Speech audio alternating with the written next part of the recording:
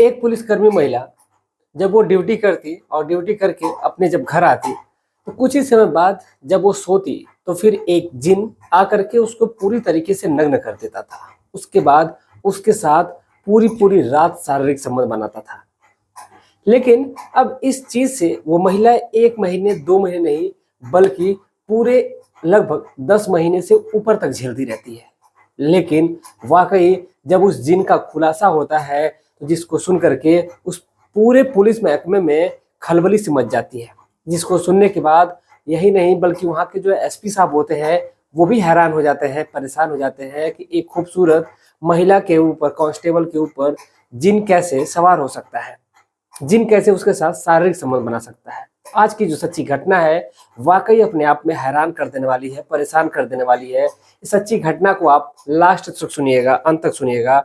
ये सच्ची घटना है साल 2018 की है, लेकिन ये जब संज्ञान में आती है, जब इसका खुलासा होता है तो सभी लोग हैरान हो जाते हैं। सभी लोगों के पैरों तले जमीन खिसक जाती है कि वाकई दुनिया में इस प्रकार के ऐसे ऐसे कांड हो सकते हैं। नमस्कार, प्रणाम, मैं अविनाश। वारदात तक के एक नए एपिसोड में आज जिस सच्ची घटना के साथ आप लोगों के बीच में आया हूँ, ये सच्ची घटना उत्तर प्रदेश का एक जिला लगता है बागपत, इसी बागपत की है। यहीं पर एक लड़की रहती थी जिसका नाम निशा था। निशा की शादी एक व्यक्ति होता है जिसका नाम संतोष होता है, जो उत्तर प्रदेश पुलिस में कार्यरत होता है। जब उससे उसकी शादी होती है तो इन दोनों के बीच में बहुत ही अच्छी बॉन्डिंग होती है। सब कुछ इनकी जो जीवन में अच्छे तरीके से इनकी जो नैया है वो चल रही होती है। इन दोनों के प्रेम से इनकी एक निशानी होती है, एक बेटा होता है जिस बेटे का नाम नीलेश होता है।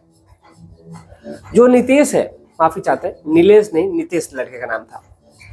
नितेश का जन्म होता है और कुछ ही समय बाद यानी कि लगभग 4 या 5 महीने बाद से जो संतोष है वो इस दुनिया को छोड़ करके चला जाता है।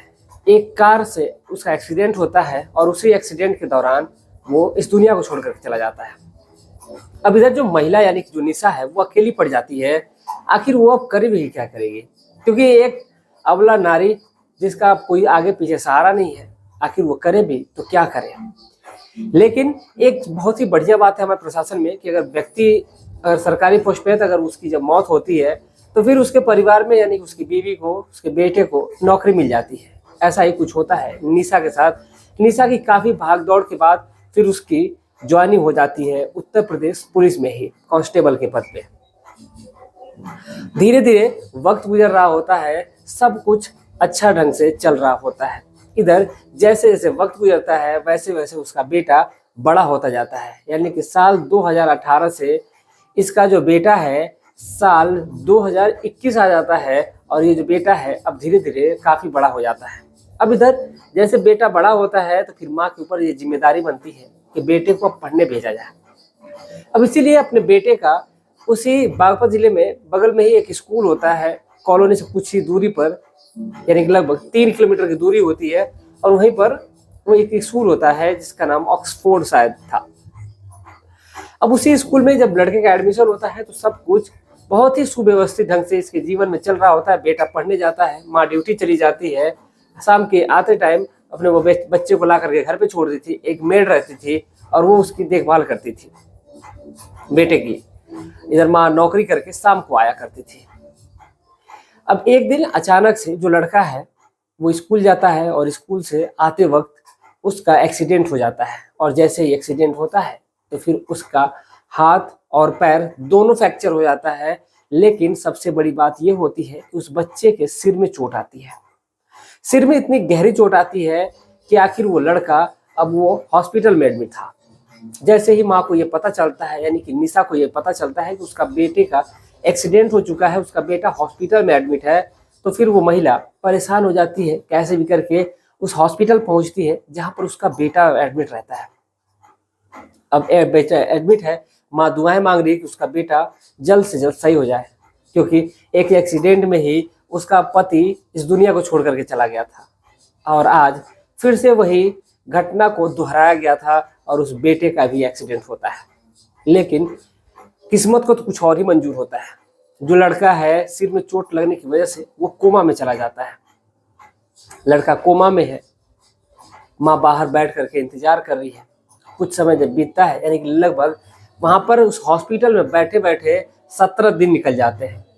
और जैसे ही 17 दिन निकलते हैं, माँ को खबर ही नहीं चलती है, पता ही नहीं चलता है कि कब 17 दिन निकल गए। उनका बेटा आईसीयू में जिंदगी और मौत से लड़ रहा था। इसी बीच उनकी एक सहेली होती है जिसका नाम खुशबू होता है।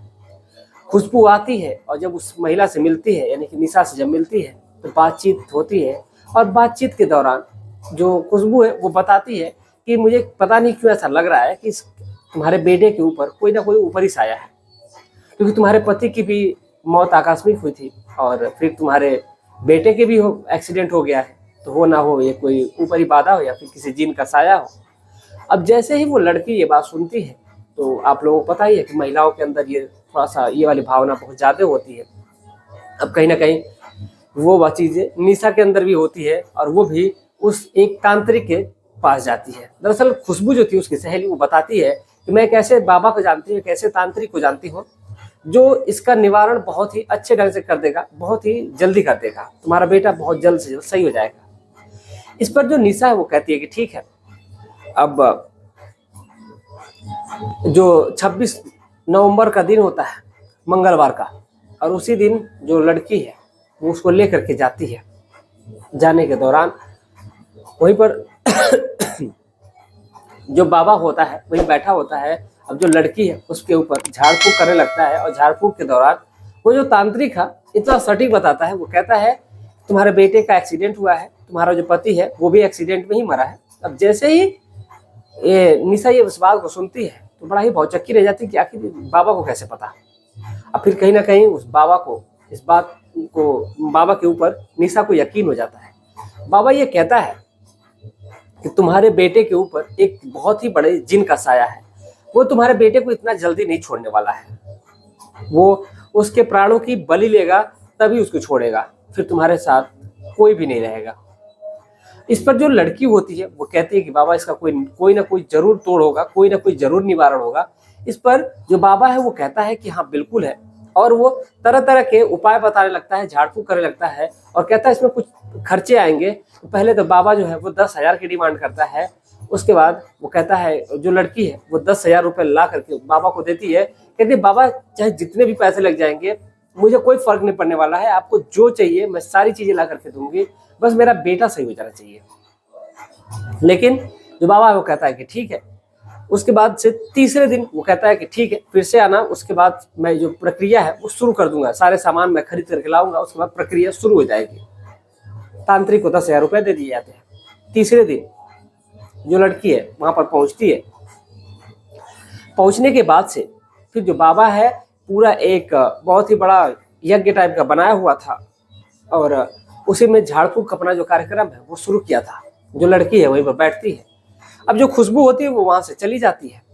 खुशबू का वहां कोई काम नहीं था तो इसलिए खुशबू वहां से चली जाती है। बाबा उसको भेज देता है और निशा को वहीं पर रोके रहता है। निशा वहीं बैठी थी। निशा को बाबा एक छोटा सा फल होता है वो खाने के लिए देता है और कहता है इस फल को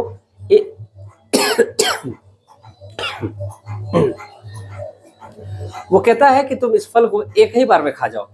इस पर निशा कहती है ठीक है। निशा उस फल को खा जाती है और एक ही बार में जैसे उस फल को खाती है फिर कुछ देर बाद वो झिलमिलाने लगती है उसकी आंखें और फिर वहीं पर वो सो जाती है। अब जैसे ही वो सो रही है तो फिर कुछ ही समय बाद जो बाबा है वो एक अलग ही अपना तांडव शुरू करता है, यानी कि उस लड़की के बदन से एक एक कपड़े को हटाता है और उस लड़की के साथ हैवानियत करने लगता है। उस लड़की के साथ रेप करता है। उस पूरी रात उस लड़की के साथ रेप करता है और जब लड़की जैसे ही होश में आने वाली रहती है, जैसे ही हल्का हल्का जब उसको होश आता है तो वो दूर बैठ जाता है। जो लड़की जब उसको होश आता है तो बाबा उस टाइम पे एकदम ध्यान में मग्न होता है, लेकिन जैसे ही लड़की खुद को देखती है और वो खुद को नग्न पाती है, जैसे ही खुद को नंगी पाती है तो फिर वो सोचने लगती है कि या तो इस बाबा ने मेरे साथ कुछ किया है या तो फिर कोई और ही बात हो सकती है। जैसे वो बाबा से पूछती है कि बाबा ये तुमने मेरे साथ क्या किया, तो तुमको ऐसा नहीं करना चाहिए था। इस पर वो बाबा जो तांत्रिक होता है, जिस तांत्रिक का नाम शकील होता है, शकील ये कहता है कि मैंने तुम्हारे साथ कुछ भी नहीं किया, बल्कि इसके पीछे जो तुम्हारे बेटे के ऊपर जो जिन है वो आया था और आकर के वो सारा कांड किया है। इस पर जो लड़की होती है वो कहती है कि ठीक है, उस लड़की उस दिन कोई ऐतराज नहीं करती, वो मान जाती है। लेकिन फिर तीसरे दिन फिर उस तांत्रिक ने फिर बुलाया था, यानी कि उसका जो लॉजिक था वो तीसरा दिन ही था।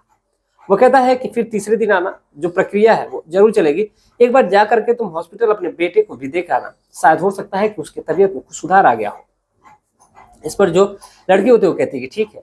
अब जो लड़की है वो सीधा वहां से हॉस्पिटल पहुंचती है, तो कुछ ही समय बाद जो डॉक्टर है वो जो बताते हैं कि आपके बेटे की तबीयत में हल्का हल्का सुधार आ रहा है और बहुत जल्द ठीक होने की उम्मीद है। ये तो डॉक्टर अपनी दवाओं के प्रिस्क्रिप्शन के हिसाब से बता रहे थे, लेकिन इधर उस लड़की को ये लगता है कि जो बाबा इलाज कर रहा है वहां पर, उसी की वजह से मेरा बेटा सही हो रहा है। लेकिन तीसरा दिन आता है, लड़की फिर वहां पे जाती है और उसी बीच जो बाबा है वो डिमांड करता है कि इलाज के लिए 2 लाख रुपए लगेंगे, तभी कुछ प्रक्रिया आगे बढ़ पाएगी, क्योंकि जो इस बार विधि है वो काफी लंबी है। जो लड़की है वो 2 लाख रुपए ला करके बाबा को देती है। उसके बाद जो बाबा है वो कहता है तुम बैठ जाओ, और उसके साथ झाड़ फूक करने लगता है। और फिर वहीं पर जो बड़े कमंडल में एक जल लिया रहता है और उसी को उसके ऊपर मारता है और फिर भूत को उसमें फेंकता है, जहाँ से खूब तेज आवाज आती है और लवर उसकी उठती है। अब जैसे ही लड़की ये देखती है तो फिर वो डर से जाती है, और जो बाबा है फिर एक ऐसा रिएक्शन फैलाता है, एक ऐसा जाल फैलाता है जिससे लगता है कि लड़की को कि वाकई जो जिन है वो बाबा के ऊपर ही आ चुका है। अब जो जिन है वो कहता है कि मैं तेरे बेटे को कभी नहीं छोड़ूंगा। इस पर जो लड़की है उस बाबा के पैर पकड़ लेती है और कहती है कि जिन आप मुझसे जो बोलिए वो मैं करने के लिए तैयार हूं, लेकिन प्लीज मेरे बेटे का जीवन बख्श दीजिए। इधर जो जिन है वो कहता है कि ठीक है, तो तुम कपड़े उतारो, पूरी तरीके से नग्न हो जाओ, मैं तुम्हें नग्न देखना चाहता हूँ। इस पर जो लड़की है बिना कुछ बोले एक एक बदन से एक एक कपड़े को उतारने लगती है और पूरी तरीके से उस जिन के सामने, यानी कि उस बाबा के सामने नग्न हो जाती है। इस पर जो जिन है वो उसी जिन या फिर उसको बाबा कहेंगे जो शकील था, वो अब अपने रूप में आता है, अपने भेष में आता है। उसके बाद से उस लड़की के साथ उसके पास जाता है और उसके बाद फिर कहता है कि मैं तुम्हारे साथ जो मर्जी चाहे वो करूं, तो तुम इसके बीच में नहीं आओगी। इस पर लड़की कुछ नहीं बोलती है। वो जो तांत्रिक होता है, जो बाबा होता है, उस लड़की के साथ पूरी रात को हैवानियत करता है, दरिंदगी करता है, और ऐसे ही ये सिलसिला चल रहा होता है। कुछ समय बीतता है, यानी कि ऐसे करते करते लगभग 10 महीने का वक्त गुजर जाता है, और इतने में जो बाबा होता है उस लड़की से 27 लाख रुपए ले चुका था और भी पैसे की डिमांड करता ही जा रहा था। लेकिन जब लड़की के पास पैसे अब 1 भी रुपए नहीं बचते हैं, उधर डॉक्टर इलाज के लिए पैसे मांग रहा था, इधर तांत्रिक जो था वो 27 लाख रुपए ले चुका था। अब लड़की जो थी वो अलग अलग लोगों से, यानी कि अपनी सहेलियों से, अपने रिश्तेदारों से अपने बेटे के जीवन के लिए भीख तक मांगती, यानी कि पैसे मांगती है, और लेकर के उस बाबा को उधर देती है। इधर जितना डॉक्टर मांगते हैं उनको देती है, लेकिन जो डॉक्टर है वो तो अपने तरीके से इलाज करते हैं, लेकिन इधर जो बाबा है वो अलग तरीके से इलाज कर रहा था। उस 10 महीने के दरमियान जो तांत्रिक होता है, अब ये वही नहीं रुकता है, बल्कि अब जब भी उसका मन हुआ करता था उस लड़की को बुलाया करता था, उस लड़की के साथ शारीरिक संबंध बनाया करता था। लेकिन कुछ ही समय बाद, यानी कि लगभग 8 महीने बाद, जो तांत्रिक है अब उस लड़की के घर पे जाने लगता है और कहता है कि पहले मुझे इलाज तुम्हारे घर से शुरू करना पड़ेगा। अब फिर वहीं से उस लड़की के घर पे जाकर के उस लड़की के साथ शारीरिक संबंध बनाता है। जब उसका मन भर जाता है, जब उसको लगता है कि अब इसके पास पैसे नहीं बचे हैं, तो जो बाबा है वो कहता है कि तुम्हारा बेटा अब ठीक हो जाएगा, तुम्हें आने की जरूरत नहीं है। लेकिन जब भी तांत्रिक का मन हुआ करता था वो उस लड़की के घर पे चला जाया करता था और उसके साथ रेप जैसी खतरनाक वारदात करता था। उस लड़की की वीडियो बनाता था, गंदी वीडियो बनाता था, फोटोज लेता था। जो लड़की मना करती थी तो फिर उसको वो वीडियो भी दिखाने लगा था, वो फोटो भी दिखाने लगा था। अब जब लड़की परेशान हो जाती है तो फिर वो अपने एक उच्च अधिकारी से मिलती है और जा करके उनसे बात करती है, बताती है अपनी जो सारी आप बीती है वो बताती है। लेकिन जो एसएचओ होते हैं शिवम बर्नवाल जी, वो उस महिला को, यानी कि निशा को बहुत जोर से डांट लगाते हैं। कहते हैं कि तुम इस नए जमाने की पढ़ी लिखी लड़की हो करके इन सब चीजों के कैसे चक्कर में पड़ गई। अब लड़की कुछ कह भी नहीं सकती थी, आखिर क्या ही कहेगी। जो शिवम जी थे उन्होंने अपनी जांच को आगे बढ़ाया और उस तांत्रिक के जो अड्डा था उस पर छापा मारा, लेकिन जो तांत्रिक था वहां से फरार हो चुका था मौके पर से। अब कुछ समय बाद जो तांत्रिक है उसकी तलाश जारी थी। उस लड़की के पास उस तांत्रिक का नंबर था और उसी नंबर के आधार पर जो पुलिस है उस तांत्रिक को उठाती है और उस तांत्रिक उठाने के बाद से उसको जेल की सलाखों के पीछे डाला जाता है और उससे पैसे की वसूली की जाती है। लेकिन जो तांत्रिक होता है वो सारे पैसे तो कुछ खर्च कर चुका था, लेकिन उसके पास से फिर भी उसके अकाउंट से, अलग अलग अकाउंट से 20 लाख रुपए तक बरामद किए गए। बाकी उसने 7 लाख रुपए नहीं दिए और उसके पास थे ही नहीं, उसने सारे पैसे को उड़ा दिया था। बल्कि वो तांत्रिक के लिए वो निशा पहली लड़की नहीं होती है, बल्कि वो ऐसी लड़कियों का, बहुत लड़कियों का शिकार किया करता था। साथ ही साथ जो उसकी सहेली थी जिसने उस तांत्रिक को प्रेफर किया था, बताया था, जिसका नाम खुशबू था, खुशबू से भी पुलिस पूछताछ करती है तो वो कहती है कि बाबा उसके लिए उसको कमीशन दिया करता था ताकि वो लड़कियों को खोज करके लाए जिसको जरूरत हो। लेकिन अब पुलिस जो था उस लड़की के खिलाफ भी कार्रवाई करती है और उस बाबा के खिलाफ तो गंभीर धारा में FIR लिखी जाती है। FIR लिखने के बाद चूंकि एक विभागीय मामला होता है तो फिर तो वो बख्शा ही नहीं जाएगा। अब उसकी जो उम्र है वो पूरी जेल में कटेगी। देखिए, कोर्ट जो उसकी सजा है वो उम्र कैद तय किया है। बाकी इस पूरे घटनाक्रम को सुनाने का उद्देश्य किसी की भावनाओं को ठेस पहुंचाना नहीं, बल्कि आपको जागरूक करना है, आपको सचेत करना है। फिलहाल जो महिला है उसका जो लड़का है अभी भी कोमा में ही है, कोमा से बाहर नहीं आया है, बल्कि जो डॉक्टर है उसका इलाज कर रहे हैं। देखिए आखिर बच्चा है उसका क्या होता है वो तो भगवान जाने, खुदा जाने। क्योंकि देखिए छोटी छोटी बातों को लेकर के जो महिलाएं हैं वो तांत्रिकों के पास पहुंच जाती हैं, उनको डॉक्टर पर भरोसा नहीं होता है, या तो फिर जो भी कहिए बहुत जल्दी बहुत संवेदनशील होती हैं तो तुरंत किसी की भी बातों के बहकाव में आ जाती हैं। इस पूरे घटनाक्रम को सुनाने का उद्देश्य ही हमारा यही था कि इस जो समाज में हो रही घटनाएं घट रही हैं, आप लोग इस चीज से सतर्क हो सके। ऐसे जो जालसाज लोग दुनिया में पड़े हुए हैं तो उनसे आप बच सके। इस घटना को सुनाने का मेन उद्देश्य यही था। अगर आप बागपत से हैं तो शायद आपको ये घटने के बारे में पता भी होगा। तो चलिए मिलते हैं एक और सच्ची घटना के साथ, तब तक के लिए जय हिंद, जय भारत।